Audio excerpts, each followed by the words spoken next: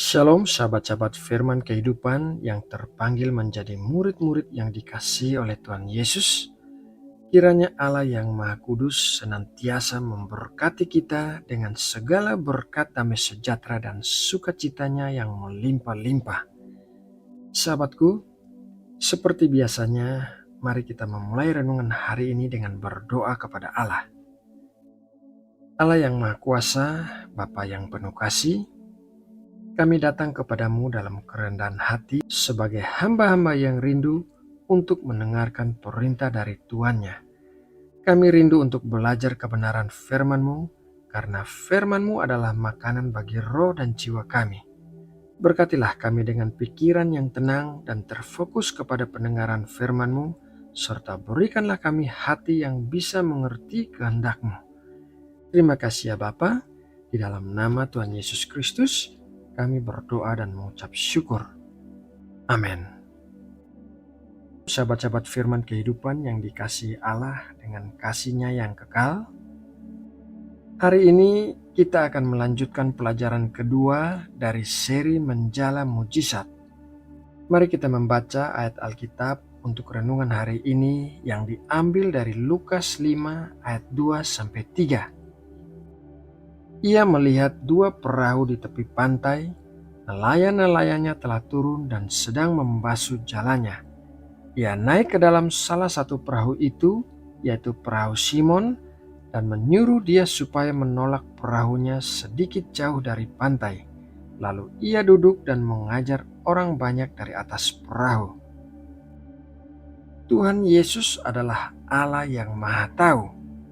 Ia mengetahui bahwa para nelayan akan berusaha menangkap ikan semalam-malaman, tetapi tidak berhasil menangkap satupun ikan, sehingga di pagi harinya mereka kembali dengan perahu yang kosong. Tuhan Yesus juga mengetahui bahwa hari itu ia akan pergi ke pantai Danau Genesaret dan orang banyak akan mengerumuninya untuk mendengarkan pengajarannya. Dikatakan dalam ayat yang baru saja kita baca bahwa ada dua perahu di tepi pantai yang telah kosong karena nelayan-nelayannya telah turun untuk membasuh jalan mereka. Hal ini berbicara tentang kekosongan atau kegagalan di dalam hidup kita.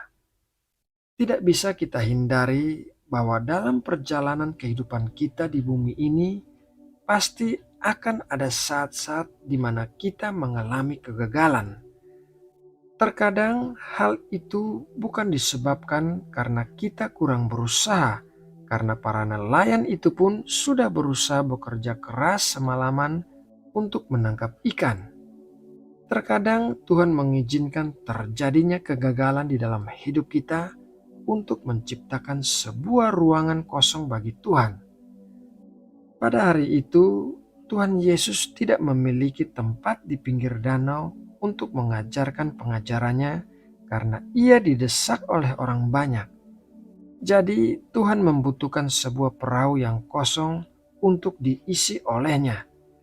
Apabila para nelayan itu berhasil menangkap ikan pada malam harinya, maka dua perahu itu pasti sudah terisi oleh ikan sehingga tidak bisa dipakai oleh Tuhan Yesus untuk mengajar orang banyak.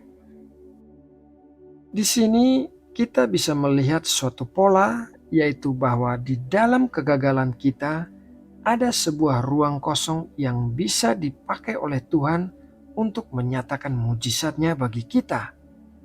Di saat kita sudah melangkah keluar, menyerah di dalam kegagalan kita, maka Tuhan melangkah masuk ke dalam kegagalan itu dan mengubahkannya menjadi situasi yang penuh kemenangan bagi kita. Tuhan bukanlah penyebab kegagalan di dalam hidup kita, tetapi Tuhan mengetahui masa depan kita dan hal-hal apa yang akan kita lakukan bahkan sebelum kita melakukannya.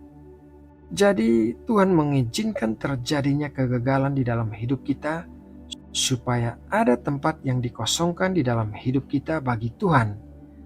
Apabila tidak ada kegagalan dalam hidup kita, maka hidup kita akan dipenuhi dengan hal-hal yang bukan berasal dari Tuhan, sehingga tidak tersedia tempat bagi Tuhan di dalam hidup kita.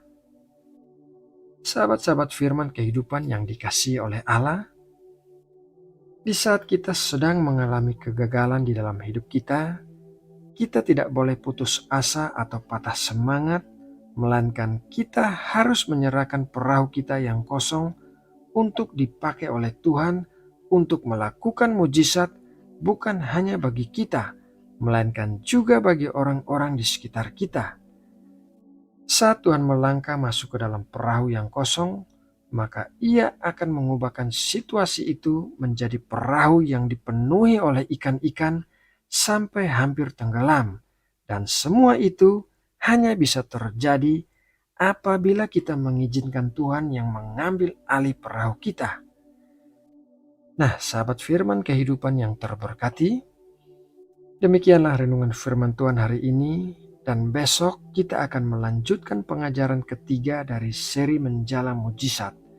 Semoga apa yang kita pelajari dari seri ini bisa menguatkan iman percaya kita kepada Kristus, bahwa Dia adalah Tuhan yang melangkah ke dalam kekosongan dan melakukan mujizat yang mengubahkan situasi.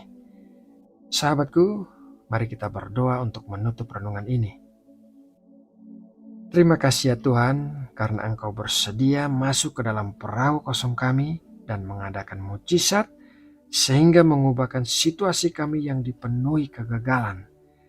Kami menyerahkan semua perahu kehidupan kami kepadamu dan mengundang campur tangan-Mu. Kami percaya kasih dan kuasa-Mu akan memberikan masa depan yang penuh pengharapan bagi kami. Ya Tuhan, saat ini kami berdoa bagi situasi perekonomian di Indonesia, di saat orang-orang sedang mengeluh akibat beratnya roda perekonomian di negeri kami percaya ada kuasa-Mu yang menopang negeri kami. Kami berdoa memohon keadaan yang lebih baik bagi Indonesia, situasi perekonomian yang stabil dan kuat, serta keamanan di seluruh penjuru negeri. Berkatilah para pemimpin negara kami dengan hikmat dan kebijaksanaan untuk memimpin Indonesia. Terima kasih Bapa, dalam nama Tuhan Yesus Kristus kami berdoa dan mengucap syukur. Amin.